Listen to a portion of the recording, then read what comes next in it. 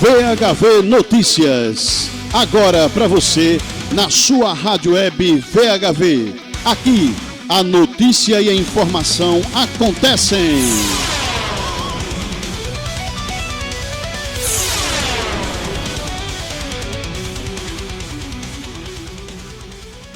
O deputado Áureo Ribeiro, do Solidariedade do Rio de Janeiro, defendeu regulamentação específica para suprir ausência de diretrizes nacionais e lacunas contratuais na cobertura de assistência domiciliar de saúde, mais conhecida como home care.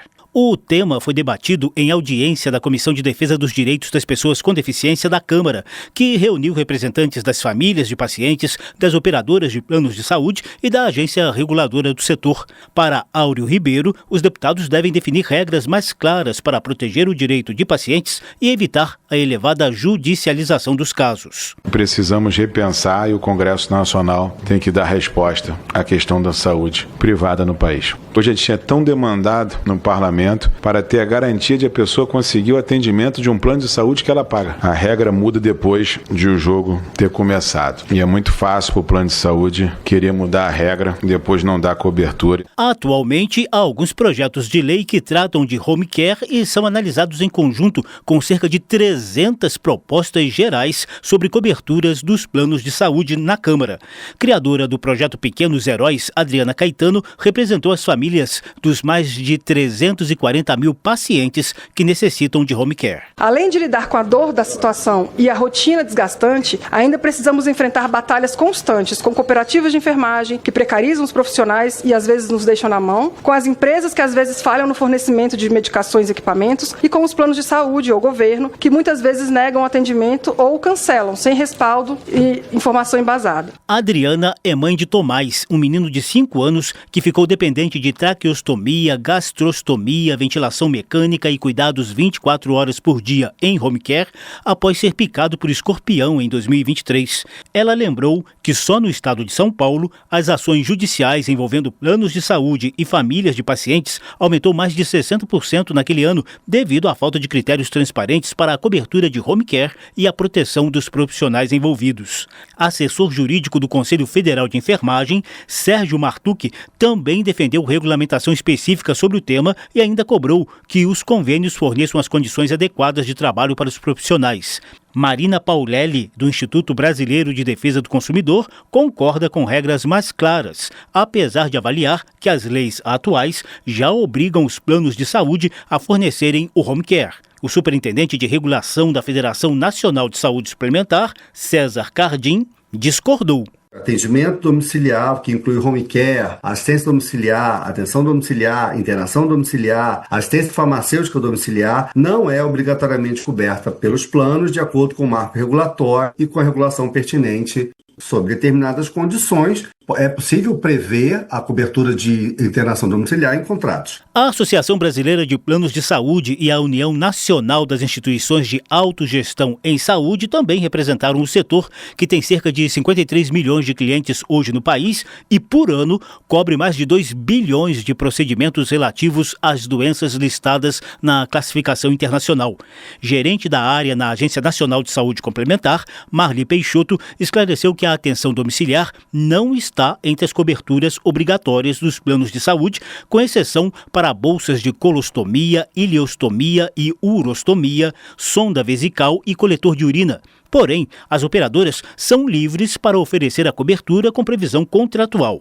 Ela explicou a regra no caso de internação domiciliar, que envolve cuidado em tempo integral para pacientes com quadro clínico mais complexo e necessidades de tecnologias. A operadora não pode transferir o beneficiário de uma internação hospitalar para uma internação domiciliar se não houver indicação do médico assistente e no momento que há indicação do médico assistente, caso a operadora não concorde com essa substituição, ela deve garantir a internação hospitalar até a alta do paciente. Marli Peixoto acrescentou que eventuais reclamações devem ser enviadas para os canais de denúncias da ANS. Em caso de irregularidades, as operadoras são penalizadas, segundo ela.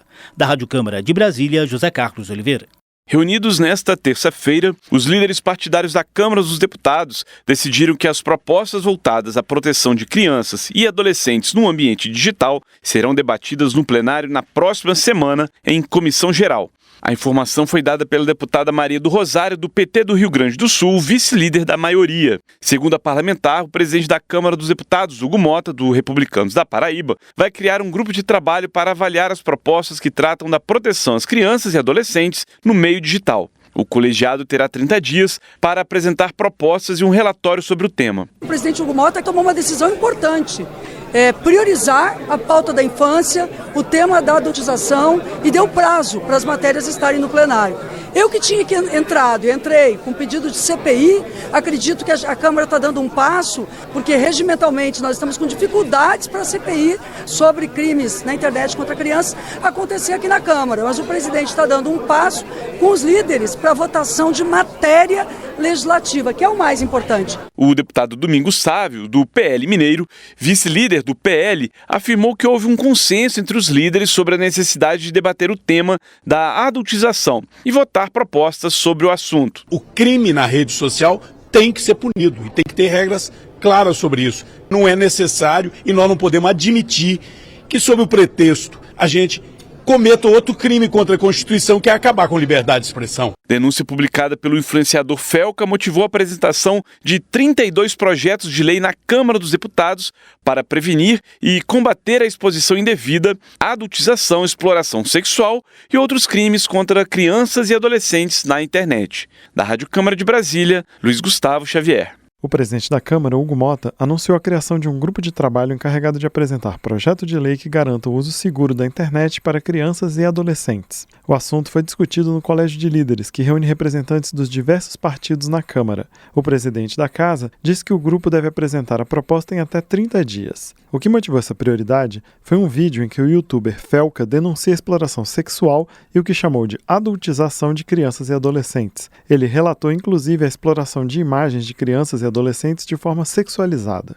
Além da criação do grupo de trabalho com participação de especialistas e parlamentares, o presidente da Câmara anunciou a realização de uma comissão geral no plenário para debater o tema. Hugo Mota, que é pai de 2 crianças, classificou como urgente uma resposta do Legislativo a um problema que afeta toda a sociedade. E existem matérias que são mais do que urgentes. Elas são inadiáveis. Elas são incontornáveis.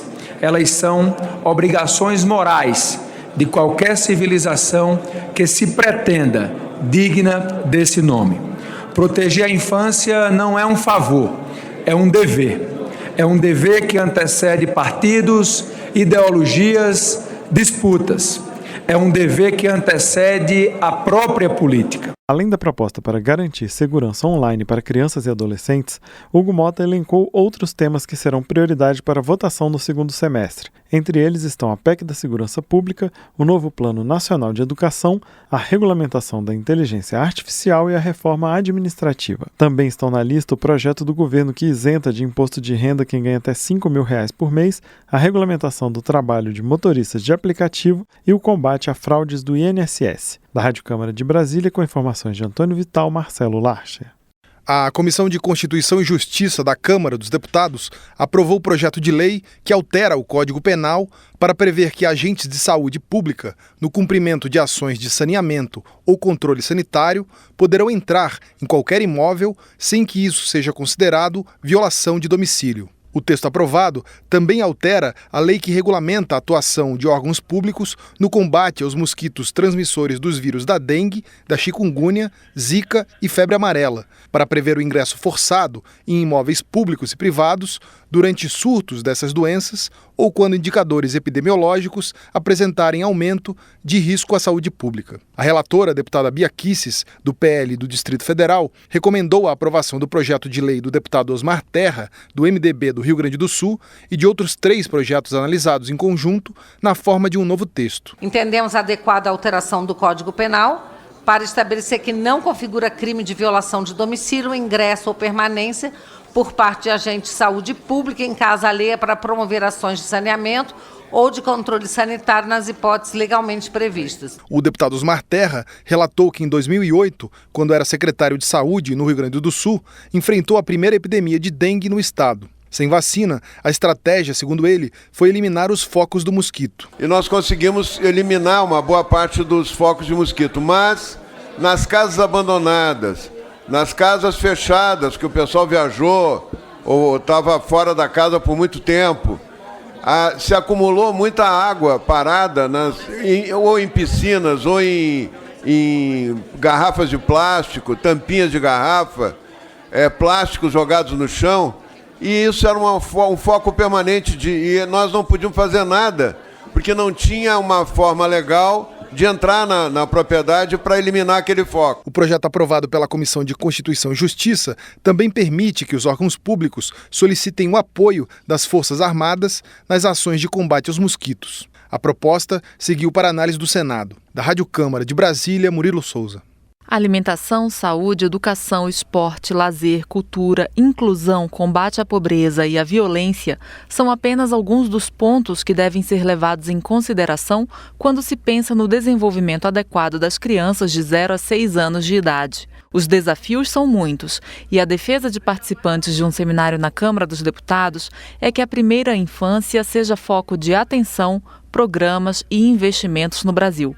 O encontro foi promovido por 12 comissões e teve como mote o biênio da primeira infância, que é os anos de 2024 e 2025. Os deputados presentes destacaram que investir nessa fase do ser humano é importante, não só para desenvolver o potencial do indivíduo, mas da sociedade como um todo. A deputada Laura Carneiro, do PSD do Rio de Janeiro, foi uma desses parlamentares. Cuidar da primeira infância é cuidar do presente, é investir no futuro, portanto é investir no nosso melhor, no nosso país. Laura Carneiro ressaltou a importância da creche e da pré-escola, de profissionais capacitados para lidar com as crianças, da saúde materna e infantil, dos espaços públicos e digitais seguros, do ambiente familiar e social. Cada detalhe influencia no desenvolvimento motor e socioemocional do indivíduo e na formação de valores. Entre os desafios relacionados à primeira infância, o deputado Dr. Zacarias Calil, do União de Goiás, mencionou a insuficiência de vagas em creches, que impacta, sobretudo, as famílias mais vulneráveis. Ele citou o estudo da organização Todos pela Educação, que indica que 41,2% das crianças de até 3 anos são atendidas em creche no país, ainda distante da meta de 50% estabelecida pelo Plano Nacional de Educação para 2024. Precisamos transformar diagnósticos em políticas concretas, integrar esforços federais, estaduais e municipais, e envolver a sociedade civil para que a primeira infância seja, de fato, prioridade absoluta. Mariana Luz, da Fundação Maria Cecília Souto Vidigal, reconheceu que a pauta une os parlamentares e que a Câmara tem estado aberta à escuta e ao diálogo. O assunto, disse ela, é urgente em um país onde 55% das crianças estão em vulnerabilidade socioeconômica. Como que a gente pode tolerar ter mais da metade delas em alguma situação de vulnerabilidade econômica? Isso que tem que ancorar sempre o nosso debate. A gente tem que começar a olhar para esse número e enxergar a redução desse percentual. Eliane Aquino, do Ministério do Desenvolvimento Social, lembrou que o programa Bolsa Família atende a quase 9 milhões de crianças de 0 a 6 anos. O programa tem o objetivo de contribuir para o fim do ciclo da pobreza e a meta, segundo a secretária, é que essas crianças hoje atendidas não precisem de transferência de renda no futuro. Da Rádio Câmara de Brasília, Noelle Nobre. O ministro da Fazenda, Fernando Haddad, disse aos parlamentares da comissão mista que analisa a medida provisória 1303 que o fim da isenção tributária dos títulos incentivados, como LCA e LCI, também tem o objetivo de reduzir a concorrência com os títulos públicos, que têm os rendimentos tributados.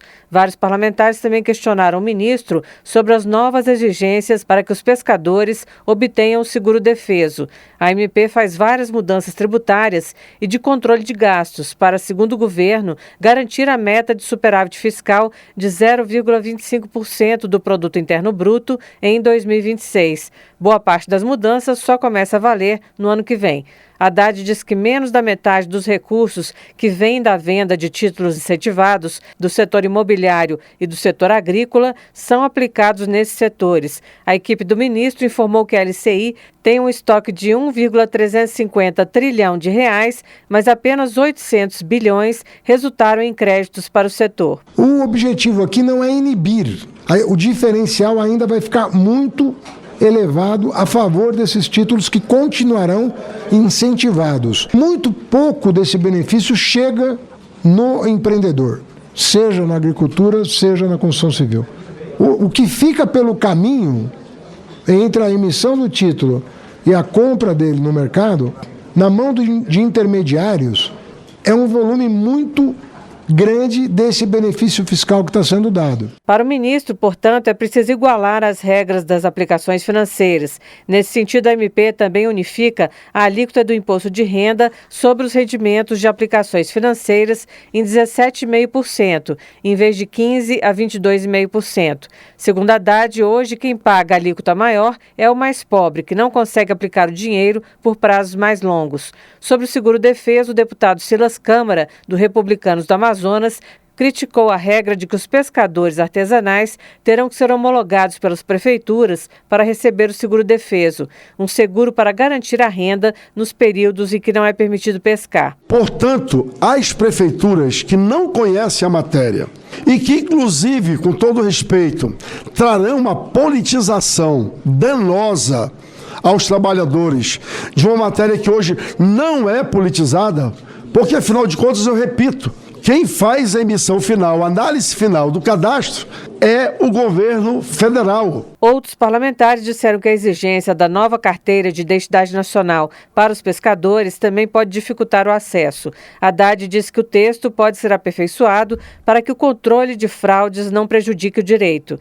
A MP também aumenta de 12% para 18% a taxação sobre as bets. Haddad afirmou que um dos objetivos é não incentivar comportamentos nocivos. Você tem que regulamentar, mas você tem que regulamentar de uma forma que você iniba a pessoa de ter um consumo, seja de entretenimento ou de qualquer outra coisa, acima de patamares considerados lesivos à saúde pública. Outro dispositivo da MP aumenta a contribuição social sobre o lucro líquido de algumas instituições financeiras para 15% a 20%. O relator da MP, deputado Carlos Zaratini, do PT de São Paulo, questionou a medida. Mas se isso não repercute numa perda de competitividade desses setores mais dinâmicos do capital financeiro, né, que são essas novas entidades financeiras. Haddad respondeu que alguns bancos digitais faturam mais que bancos tradicionais e, portanto, não faz sentido a diferenciação. Da Rádio Câmara de Brasília, Silvia Minhato.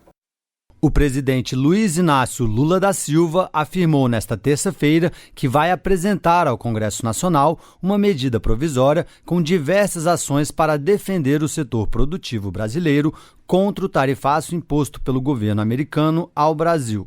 Durante a entrevista ao programa O É da Coisa, apresentado por Reinaldo Azevedo na rádio Band News FM, Lula disse que as medidas serão apresentadas nesta quarta-feira e, entre elas, destacou uma linha de crédito no valor de 30 bilhões de reais para atender exportadores brasileiros que tenham prejuízos com a taxação de Donald Trump.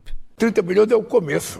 Você não pode colocar mais, se você não sabe quanto é. Sim. Vai ter uma política de crédito que a gente está pensando em ajudar, sobretudo as pequenas empresas, o pessoal que exporta tilápia, que exporta fruta, que exporta mel e outras coisas. Vamos procurar achar outros mercados para essas empresas. Nós estamos mandando a lista dos produtos que a gente vendia para os Estados Unidos, para outros países. A MP estabelece um conjunto inicial de medidas para mitigar os impactos econômicos das tarifas norte-americanas.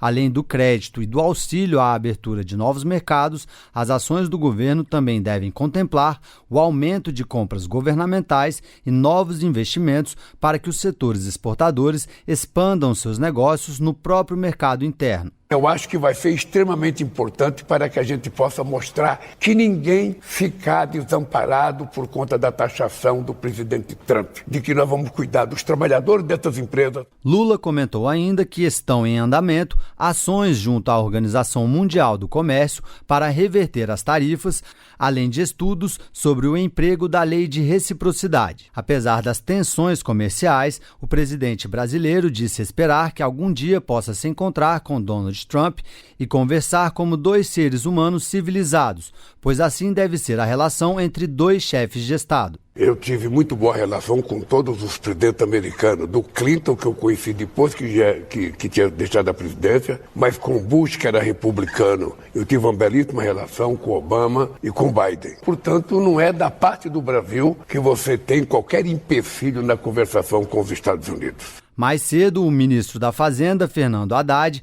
participou de uma audiência no Congresso Nacional em que afirmou que o pacote de medidas do governo federal está 100% definido.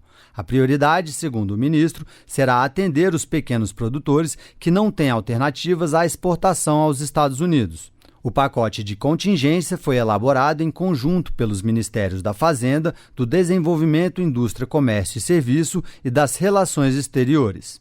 Da Rádio Nacional em Brasília, Pedro Lacerda. O Tribunal Regional Eleitoral do Pará definiu para o dia 5 de outubro a eleição suplementar para os cargos de prefeito e vice-prefeito de Moaná, no arquipélago do Marajó. A data e o calendário eleitoral foram aprovados por unanimidade em sessão plenária administrativa. Rosiane Martinelli, secretária judiciária do TRE Pará, comenta a importância de atentar para as datas. É importante que o eleitor e a eleitora consulte esse calendário. Os candidatos também, que vão ser os futuros candidatos, também consultem para não perder nenhum prazo. E aí, nessa normativa, está estabelecido os principais marcos temporais. A nova votação foi determinada após a cassação dos diplomas do prefeito Marcos Paulo Barbosa Pantoja e do vice Gilmar Nunes Valles, condenados por captação ilícita de sufrágio durante a campanha de 2024. Com a decisão, o presidente da Câmara Municipal assumiu interinamente o comando do Executivo. Rosiane Martinelli, secretária judiciária do TRE do Pará, orienta os eleitores para participarem da votação. Eles precisam, para ter o título eleitoral regularizado, verificar sempre com antecedência seu local de votação ou pelo próprio aplicativo de título para ver se está tudo ok com o seu título eleitoral. O cartório eleitoral também faz esse atendimento presencial.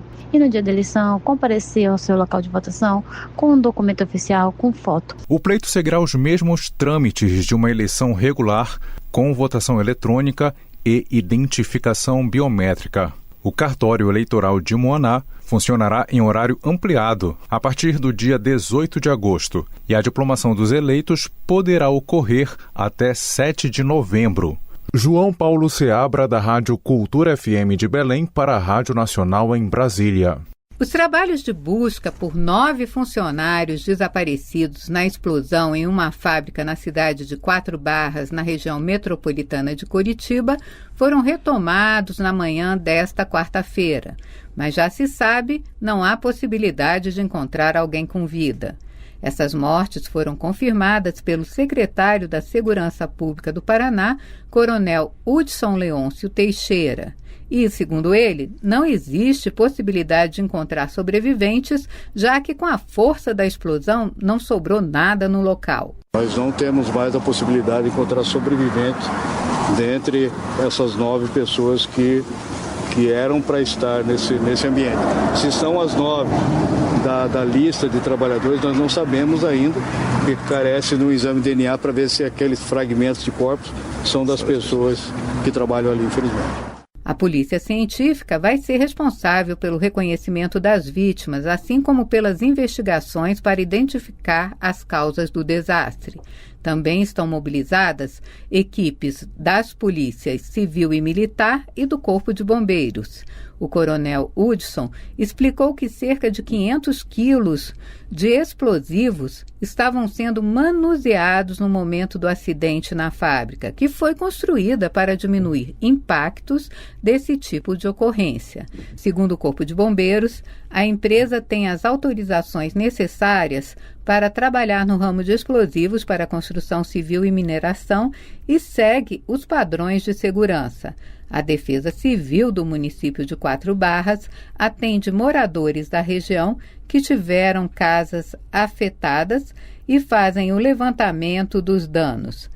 Da Rádio Nacional em Brasília, Ana Lúcia Caldas. Vamos começar com a Série B do Campeonato Brasileiro, encerramento da 21ª rodada. O CRB venceu o Atlético por 1-0. Taça Libertadores da América, o Fortaleza recebeu o Vélez Sársfield da Argentina na Arena Castelão e ficou no empate em 0-0. São Paulo foi até a Colômbia para enfrentar o Atlético Nacional e também ficou no 0-0. Peñarol do Uruguai venceu o Racing Clube da Argentina por 1-0. Copa Sul-Americana, o Once Caldas da Colômbia venceu o Huracán da Argentina por 1-0. O Fluminense foi até a Colômbia e conseguiu um grande resultado, venceu o América de Cali por 2-1. Independente Del Valle do Equador venceu o Muchuc-Runa também do Equador por 1-0. Nesta quarta-feira, a bola rola para a Copa Libertadores da América. Teremos 7 da noite, Cerro Porteño do Paraguai, Estudiantes da Argentina, e o jogo que a Rádio Nacional transmite 9h30 da noite, Flamengo e Internacional pela Copa Sul-Americana.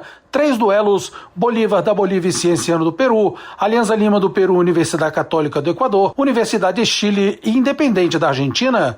Da Rádio Nacional em Brasília, Bruno Mendes. Pesquisadores da UERJ, em parceria com o Museu Nacional da UFRJ, identificaram um fóssil de uma nova espécie de peixe pré-histórico na Península Antártica. O exemplar articulado viveu entre 145 e 66 milhões de anos atrás, durante o período Cretáceo. O fóssil é o mais bem preservado já descoberto na região e foi encontrado durante a expedição do projeto Paleoantar, realizada entre 2018 e 2019, iniciativa que reuniu pesquisadores de diversas especialidades e instituições brasileiras. O processo da pesquisa durou 5 anos, tendo se iniciado com a chegada do fóssil ao Brasil e terminado com a reconstituição tridimensional, como explica Valéria Galo, bióloga e professora titular do Departamento de Zoologia da UERJ. A gente começou a olhar as figuras lá em 2021, começamos a meter a mão na massa mesmo em 2022, 23, 24, a gente finalizou. Aí começamos as descrições, os desenhos, né, a elaboração das estampas e a escrita, né, do trabalho. A especialista dá mais informações sobre a forma como o fóssil foi encontrado. O peixe vinha dentro do que a gente denomina concreção calcária, né? Ele está preservado nessa estrutura geológica, nessa estrutura sedimentar, vamos dizer assim, nessa rocha, não é nem uma estrutura, nessa rocha. E essa concreção, ela de fato possibilita, né, uma fossilização muito boa, né? Ela protege, ela preserva bem o fóssil. Segundo a UERJ, o estudo reforça a importância da análise de fósseis de flora e fauna, que servem como referência para prever como os organismos podem reagir ao aquecimento global atual, contribuindo para traçar estratégias de conservação. Com informações da Agência Brasil, da Rádio Nacional no Rio de Janeiro, Carolina Pessoa. Depois da repercussão do vídeo do influenciador Felca mostrando a adultização de crianças e adolescentes e como é fácil ter acesso a esse tipo de conteúdo nas redes sociais, o presidente Lula deve encaminhar ainda nesta quarta-feira ao Congresso uma proposta para a regulamentação das Big Techs, para que se possa, segundo o próprio presidente, evitar que essas empresas muitas vezes estimulem e viabilizem crimes como pedofilia, tráfico de crianças e prostituição. Na Câmara dos Deputados, o presidente Hugo Mota vai criar um grupo de trabalho que terá 30 dias para elaborar um projeto de lei para combater a adultização de crianças e adolescentes nas redes, para garantir a segurança e a proteção desses jovens. Existem matérias que são urgentes e existem matérias que são mais do que urgentes. Elas são inadiáveis. Elas são incontornáveis. Elas são obrigações morais de qualquer civilização que se pretenda digna desse nome. Na semana que vem, a Câmara se reúne em comissão geral com especialistas para debater o assunto. Já tem vários projetos em tramitação no Congresso que podem servir de base para uma proposta na Casa nesse tema que é considerado agora prioridade. No Senado, o assunto pode virar uma CPI. A Comissão de Constituição e Justiça deve, nesta quarta-feira, inclusive, votar um requerimento para ouvir as Big Techs, as empresas de tecnologia, sobre essa livre circulação de de conteúdo de sexualização de crianças e adolescentes. O caso está sendo investigado. A Justiça da Paraíba determinou a suspensão dos perfis do influenciador Ítalo Santos nas redes sociais. A medida também interrompe a monetização dos canais e proíbe Ítalo de ter contato com menores de idade. Foi uma decisão motivada por uma ação protocolada pelo Ministério Público que veio depois da denúncia de Felca. Além das medidas cautelares, Ítalo Santos também é investigado pela exposição de adolescentes a conteúdos com conotação sexual. Da Rádio Nacional em Brasília, Priscila Mazenotti. A Polícia Federal realiza nesta quarta-feira uma operação para desarticular uma organização criminosa especializada em fraudes contra o INSS. O prejuízo estimado é de cerca de 3 milhões de reais aos cofres públicos. Os agentes cumprem 6 mandados de busca e apreensão. A Justiça Federal também determinou o bloqueio e a indisponibilidade de bens e ativos dos suspeitos no Rio de Janeiro e em Santa Catarina. A ação conta com o apoio do Ministério Público Federal e da Caixa Econômica. As investigações apontam que as fraudes começaram em 2018 com a concessão indevida de benefícios assistenciais e previdenciários com inserção de dados falsos nos sistemas da Caixa Econômica Federal. As infrações eram conduzidas por funcionários e ex-funcionários do banco, que utilizavam seus acessos para viabilizar as fraudes. Segundo investigadores, 4 ex-servidores da Caixa realizaram comprovações de vida fraudulentas de pessoas fictícias ou já falecidas. Eles também emitiram segundas vias de cartões de beneficiários inexistentes e autorizaram pagamentos irregulares. Além disso, os funcionários usaram documentos adulterados para habilitar benefícios e atuaram de forma sincronizada na inserção de dados falsos no sistema informatizado. A Caixa Econômica Federal instaurou o procedimento disciplinar que resultou na demissão dos envolvidos. No entanto, mesmo após dispensados em 2022, eles deram continuidade ao esquema ao delegar a terceiros o saque mensal de ao menos 17 benefícios fraudulentos ainda ativos. Os investigados podem responder pelos crimes de organização criminosa e peculato eletrônico. A polícia informou que prossegue com as investigações para identificar demais envolvidos, desarticular o esquema criminoso e recuperar os ativos desviados. Da Rádio Nacional no Rio de Janeiro, Priscila Terezo. O ministro Flávio Dino, do Supremo Tribunal Federal, autorizou o pagamento dos auxílios financeiros a vítimas do vírus Zika. O pedido foi feito pela Advocacia Geral da União. Cerca de 3 mil crianças se enquadram nos critérios como beneficiários e têm direito à indenização de R$50 mil e pensão mensal vitalícia de R$8 mil. A medida garante o repasse do dinheiro sem a necessidade de cumprimento prévio de regras fiscais, como a Lei de Responsabilidade Fiscal e a obrigação de apresentar fonte de custeio ou estimativa de seu impacto financeiro. No entanto, será preciso adequar os gastos a essas regras até 31 de março do ano que vem. Na decisão, Flávio Dino assinalou que, em situações excepcionais, é possível que o cumprimento das regras fiscais previstas na Constituição e na legislação sejam atendidas posteriormente, como forma de garantir direitos fundamentais.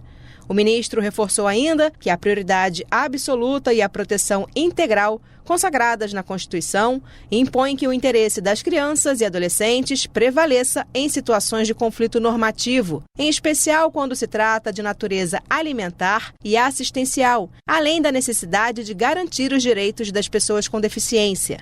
Segundo o advogado-geral da União, Jorge Messias, a decisão do ministro Flávio Dino viabiliza a implementação da lei com segurança jurídica. O auxílio financeiro para as famílias de crianças e adolescentes com deficiência permanente por causa do vírus da Zika foi estabelecido por lei aprovada no início de julho. Da Rádio Nacional no Rio de Janeiro, Priscila Terezo. O ex-presidente Jair Bolsonaro e outros 7 réus do chamado Núcleo 1 da ação sobre a tentativa de golpe de Estado têm até esta quarta-feira para apresentar suas alegações finais ao Supremo Tribunal Federal.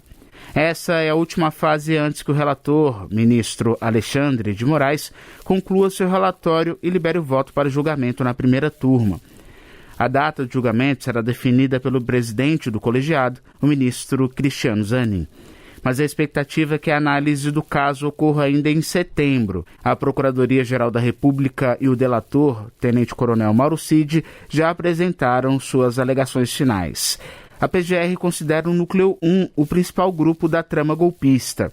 Além de Bolsonaro e Mauro Cid, fazem parte do grupo o deputado federal Alexandre Ramagem, o almirante Almir Garnier Santos, o ex-ministro da Justiça Anderson Torres e os ex-ministros e generais Augusto Heleno, Paulo Sérgio Nogueira e Walter Braga Neto. O procurador-geral da República, Paulo Gonet, apontou Bolsonaro como líder da organização criminosa, além de principal articulador e maior beneficiário das ações para tentar implantar um golpe de Estado no país em 2022. Todos os réus respondem por tentativa de abolição violenta do Estado Democrático de Direito, golpe de Estado, organização criminosa armada, dano qualificado e deterioração de patrimônio tombado. As penas máximas podem ultrapassar 30 anos de prisão. Da Rádio Nacional em Brasília, Renato Ribeiro. Doença contagiosa que atinge principalmente os pulmões, a tuberculose também pode acometer órgãos como rins, cérebro e pele. Populações em situação de vulnerabilidade social são mais atingidas devido às barreiras no acesso a serviços de saúde, saneamento básico e alimentação adequada, o que aumenta o risco de contrair e desenvolver a doença.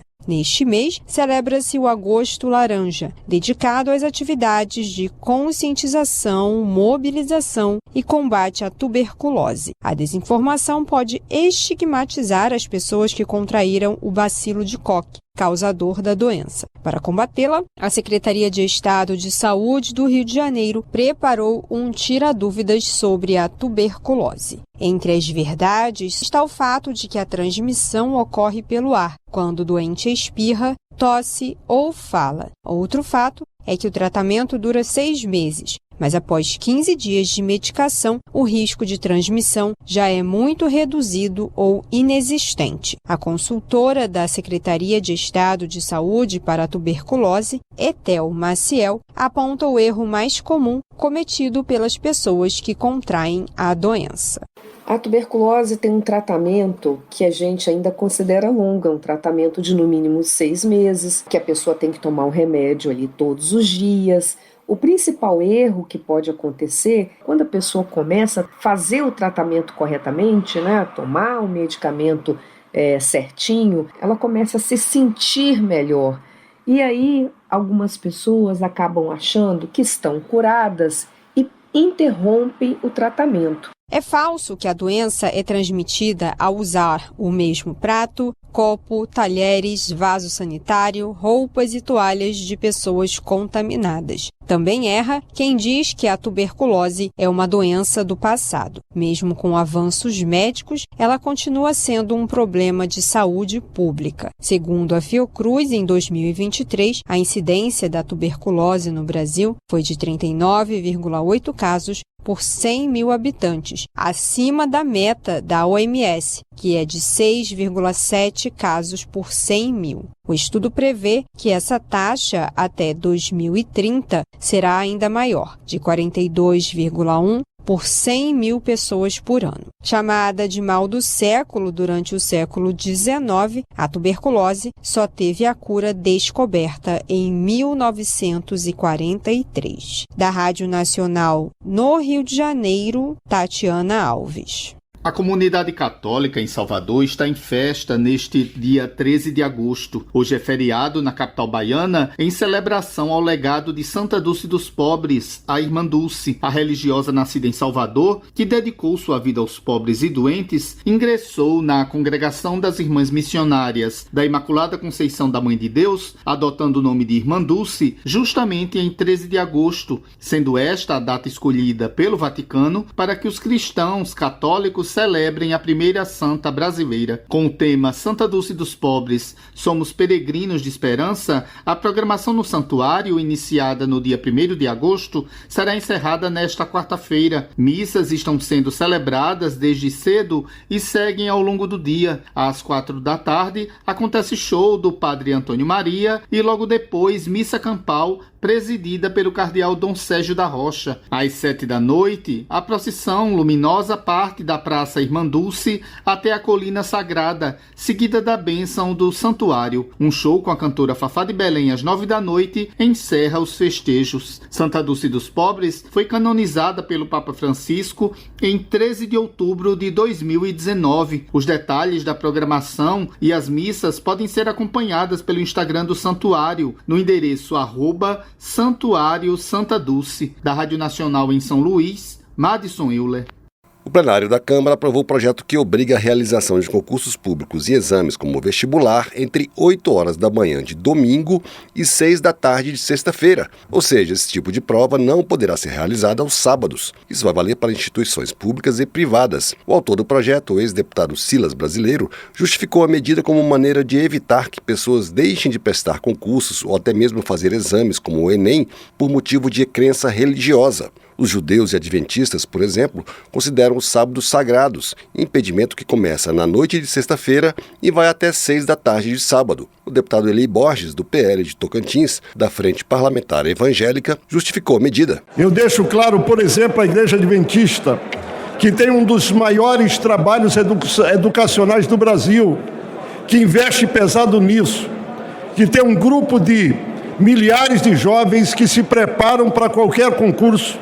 Eles precisam de serem reconhecidos na medida que fazem do sábado um dia do descanso e não podem prestar o concurso, assim como tem outros segmentos religiosos. O projeto estabelece ainda que, se não for possível fazer a prova em outro dia, a organizadora do concurso permita que o candidato faça a prova após as 6 da tarde de sábado. Nesse caso, o candidato que alegar motivos religiosos deverá ficar incomunicável a partir do início das provas dos demais. O projeto também prevê o abono de faltas para as aulas marcadas entre 6 da tarde de sexta-feira e 6 da tarde de sábado.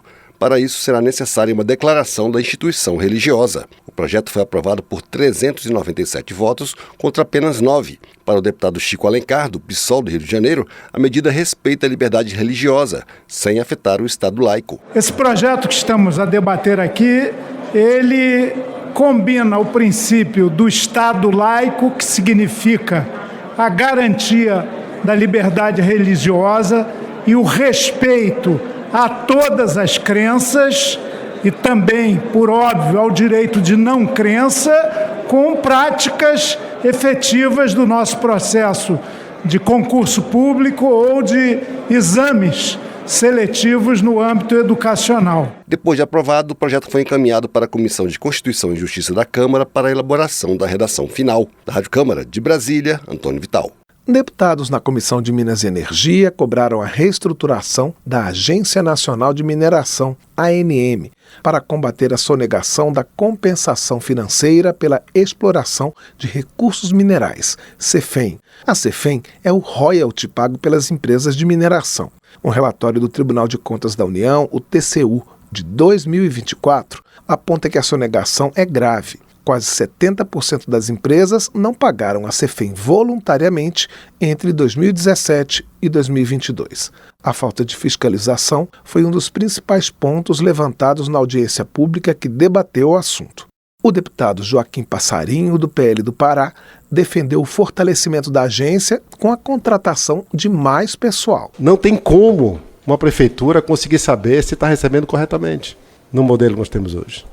A Agência Nacional de Mineração não tem estrutura. O superintendente de arrecadação da agência, Alexandre Rodrigues, revelou que são apenas 3 funcionários para fiscalizar a arrecadação da CEFEM em todo o país. Das 8 mil empresas de mineração, a agência conseguiu fiscalizar apenas 10 no ano passado. O debate foi proposto pelo deputado Padre João, do PT de Minas Gerais, que reforçou a gravidade da sonegação. É um problema grave que vem se arrastando há muito tempo. Acho que não só da suspeita de sonegação, de não repasse da CEFEM, nos fala que é um recurso assustador, na verdade. Para tentar resolver a falta de fiscalização, o presidente da Comissão de Minas e Energia, deputado Diego Andrade, do PSD de Minas, sugeriu que a Agência de Mineração faça convênios com os municípios, permitindo que eles mesmos fiscalizem a arrecadação da Cefem. A ideia foi bem recebida por Valdir Salvador, consultor da Associação dos Municípios Mineradores de Minas Gerais, a AMIG. Ele disse que as prefeituras mineiras já têm 100 fiscais qualificados para essa tarefa. Outro ponto levantado na audiência pública foi a falta de transparência na aplicação desses recursos. Segundo Larissa Alves, coordenadora operacional do projeto De Olho na Cefem, a maioria das prefeituras não informa como gasta o dinheiro dos royalties da mineração. Os municípios não são transparentes. Em muitos casos, eles discriminam a fonte de recursos Cefem nas suas receitas. E poucos municípios discriminam esse recurso e os que discriminam não tornam esses dados acessíveis. Não é possível baixar esses dados nos portais de transparência. Atualmente, segundo a Agência Nacional de Mineração, 3.943 municípios recebem recursos da Cefem. Em 2024, foram arrecadados 7 bilhões e 400 milhões de reais.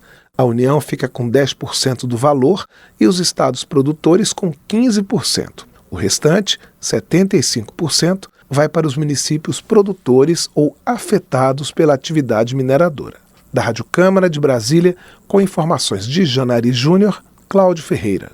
A população brasileira está envelhecendo. Segundo dados da Pesquisa Nacional por Amostra de Domicílios Contínua do IBGE, o número de idosos trabalhando no Brasil aumentou, passando de 5 milhões e 100 mil pessoas em 2012 para 8 milhões e 600 mil em 2024. Para criar alternativas de renda e independência econômica a quem passou dos 60 anos, a Comissão de Indústria, Comércio e Serviços da Câmara aprovou proposta que cria o Programa Nacional de Incentivo ao Empreendedorismo 60+.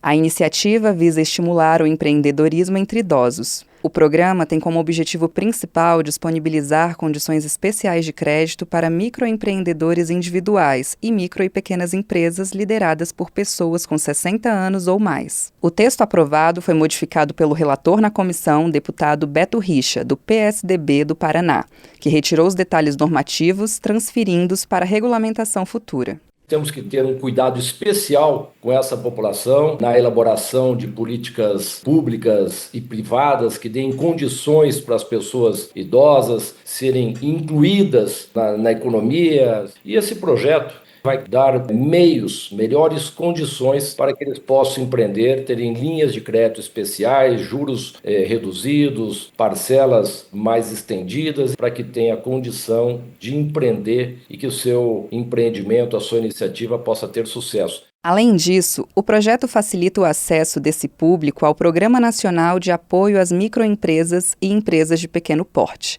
que já disponibiliza linhas de crédito facilitadas. O texto proíbe a recusa de empréstimos com base na idade, desde que o solicitante atenda aos critérios necessários. De acordo com dados do Sebrae, o Brasil registrou, no final de 2024, um recorde de mais de 4 milhões de empreendedores com 60 anos ou mais. O projeto, que cria um programa voltado ao estímulo do empreendedorismo 60+, ainda será analisado nas comissões de Defesa dos Direitos da Pessoa Idosa, Finanças e Tributação e Constituição e Justiça. Caso seja aprovado, poderá seguir para o Senado Federal sem passar pelo plenário da Câmara. Da Rádio Câmara de Brasília, Isabela Ludovichak. A Comissão de Defesa dos Direitos das Pessoas com Deficiência da Câmara dos Deputados aprovou uma proposta que permite usar o saldo do Fundo de Garantia do Tempo de Serviço para comprar veículos adaptados para pessoas com deficiência. O objetivo é facilitar a mobilidade, aumentar a autonomia e promover a inclusão social dessas pessoas. De acordo com dados do Instituto Brasileiro de Geografia e Estatística, o Brasil tem 14,4 milhões de pessoas com deficiência, sendo que cerca de 5,2 milhões apresentam dificuldades de locomoção, o que corresponde a 36% desse grupo. Muitas vezes, a falta de transporte adequado limita o acesso dessas pessoas aos direitos básicos como trabalho, educação e lazer. Os veículos adaptados custam mais do que os comuns, criando uma barreira financeira. O FGTS, criado para garantir a segurança financeira ao trabalhador, já permite a movimentação financeira para moradia, tratamentos de saúde grave e educação. Segundo o relator na comissão, deputado Duarte Júnior, do PSB do Maranhão, é coerente ampliar essa possibilidade para a compra de veículos adaptados. Essa proposição legislativa ela visa não apenas a inclusão social, mas também a promoção da igualdade de oportunidades, permitindo que as pessoas com deficiência possam ter uma vida mais digna e independente. A medida proposta é um passo importante para assegurar que esses cidadãos tenham as condições necessárias para superar as barreiras impostas pela deficiência e possam alcançar o seu pleno potencial. O projeto, que permite que o saldo do FGTS seja usado para comprar veículos adaptados para pessoas com deficiência, agora segue para análise das comissões de Trabalho, Finanças e Tributação e Constituição e Justiça. Se aprovado, poderá seguir para o Senado Federal sem a necessidade de passar pelo plenário. Da Rádio Câmara de Brasília, Isabela Ludovichac. Em homenagem pelo Dia Internacional da Juventude, que ocorre no dia 12 de agosto, deputados e convidados defenderam a votação de um Plano Nacional da Juventude. O objetivo da sessão foi debater formas pelas quais o parlamento pode contribuir no contexto de propostas para jovens. O deputado Ricardo Aires, do Republicanos do Tocantins, falou sobre as necessidades para a juventude atual. Hoje a grande pauta é a permanência dos estudantes no ensino superior. A gente precisa ampliar os programas federais nessa área. Se antes a gente buscava a ampliação no mercado de trabalho, hoje a gente precisa entender da necessidade de nós termos leis que incentivem os jovens a terem a oportunidade do primeiro emprego. Nós vamos trabalhar firmes no sentido de nós pautarmos as alterações da lei do menor aprendiz para que isso se torne uma verdade no nosso Brasil. Já a deputada Dandara, do PT de Minas Gerais, que também presidiu a sessão, trouxe à discussão o Plano Nacional da Juventude. Quero mais uma vez convocar a juventude brasileira, aprovar o Plano Nacional de Juventude. E quero aqui reafirmar que tanto eu como o deputado Ricardo Aires estamos organizando e articulando aqui na Câmara, já para a gente criar uma comissão especial. O nosso Ricardo Aires se colocou à disposição para presidir a comissão e eu me coloco à disposição para relatar esse projeto. Nós já estamos articulando com o presidente da Câmara, Hugo Mota, para que quando o plano chegar, nós queremos, com muita agilidade, fazer aprovar. O Plano Nacional da Juventude é um conjunto de políticas públicas e medidas que visam garantir os direitos e promover o desenvolvimento dos jovens brasileiros com idades entre 15 e 29 anos. Ele busca assegurar a efetivação de direitos como educação, saúde, trabalho, cultura, esporte e lazer estabelecidos na Constituição e no Estatuto da Juventude, além de promover a inclusão de jovens em situação de vulnerabilidade. Davi Lucas de Souza de Couto foi representar a Rede Nacional de Aprendizagem, Promoção Social e Integração como jovem aprendiz e também os 180 jovens que atuam na Câmara dos Deputados. Ele falou sobre a difícil realidade do jovem brasileiro. Ser jovem, deputados, e a todos aqui presentes no Brasil, é muito difícil. É acordar cedo, enfrentar ônibus lotado, estudar em escolas sem estrutura, trabalhar o dia inteiro e ainda tentar não desistir dos estudos. Nós não estamos aqui para pedir privilégios, nós estamos aqui para pedir o básico. Mas ao olhar para esse parlamento, o que nós encontramos são projetos para a juventude muitas vezes engavetados e nunca tratados como urgência neste plenário. Fica aqui o meu apelo a vossas excelências a mudar essa visão através até mesmo do PL 6461 de 2019. O projeto citado propõe a instituição do Estatuto do Aprendiz com o objetivo de atualizar e fortalecer a legislação sobre a aprendizagem profissional no Brasil e se encontra parado com as votações, até então, sendo adiadas no plenário. Já o secretário nacional da Juventude, Ronald Sorriso, disse que a juventude atual é a maior da história do país e finalizou a sessão falando sobre o que está sendo proposto. A gente conseguiu avançar no Estatuto. O Estatuto garante uma série de direitos para a juventude, dentre eles o ID Jovem. É o que hoje sustenta tudo aquilo que a gente promove em relação ao direito ao trabalho, ao direito à cultura, ao direito ao território da juventude. Então foi um avanço importante, estabelece diretrizes, mas é ainda necessário estabelecer um plano. Não adianta eu dizer que eu quero sem eu dizer como. E é isso que a gente está propondo aqui. Os deputados e convidados presentes também manifestaram o desejo pela participação política dessa geração de jovens para ocupar lugares no próprio parlamento no futuro próximo. Isso pode ser estimulado pelo Plano Nacional da Juventude, que deve ser posto em prática pelos próximos 10 anos. Da Rádio Câmara de Brasília, Isadora Marinho.